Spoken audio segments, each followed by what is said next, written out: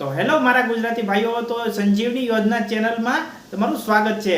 તો આજ હું તમને એવું એક કામ બતાવવાનું છું કે રેશન કાર્ડમાં ટોટલિંગ સુધારો વધારો કરવો હોય તો હવે આપણે મોબાઈલ દ્વારા થઈ શકે છે। તો મોબાઈલ દ્વારા કઈ રીતે થઈ શકે તો અમારો વિડીયો શરૂથી પૂરો થાય ત્યાં સુધી જરૂર જોજો। જો કે તમે વિડીયોમાં નવા હોય તો વિડીયોને લાઈક કરી નાખજો, ચેનલને સબસ્ક્રાઇબ કરવાનું બિલકુલ ભૂલતા નહીં। તો આવા નવા અપડેટ વિડીયો તમારી પાસે પહોંચી શકે બધાય પહેલાં।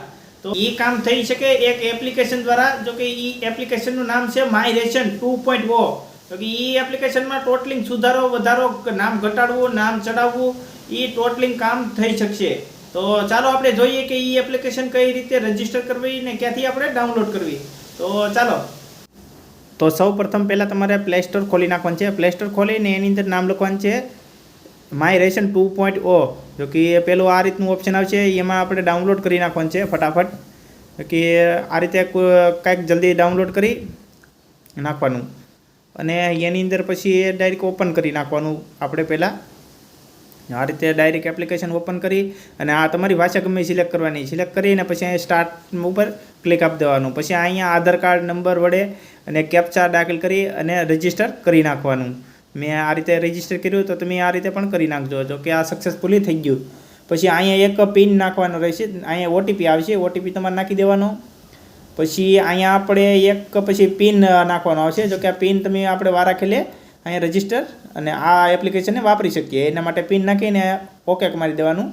હવે આપણું એપ્લિકેશન થઈ ગયું શરૂ। જો કે આ રીતનું કંઈક ખુલશે અને અહીંયા આપણા ટોટલિંગ ફેમિલી મેમ્બરની ડિટેલ્સ છે। જો કે દબી દો અને આ રીતના ખુલી જાય। હવે આપણે નવા ફેમિલી મેમ્બરનું નામ જોડવા માટે અહીંયા દબાવવાનું। પછી આ રીતનું ખુલી જાય ફોર્મ। તો કે પહેલું આપણે ઇંગ્લિશમાં નામ લખવાનું રહે, પછી આપણે સાદી નોર્મલ ભાષામાં। જો કે જેન્ડર સિલેક્ટ કરવાનું રહે, બાબો અથવા બેબી।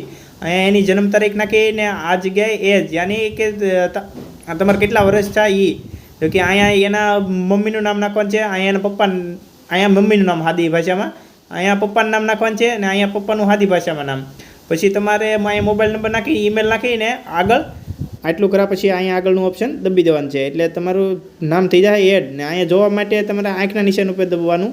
જો કે આપણે હું નામ આમાં બદલાવ્યું છે અને હું નામ આમાં છે, તો એ તમે બધા માણસોની ડિટેલ ચેક કરી શકશો।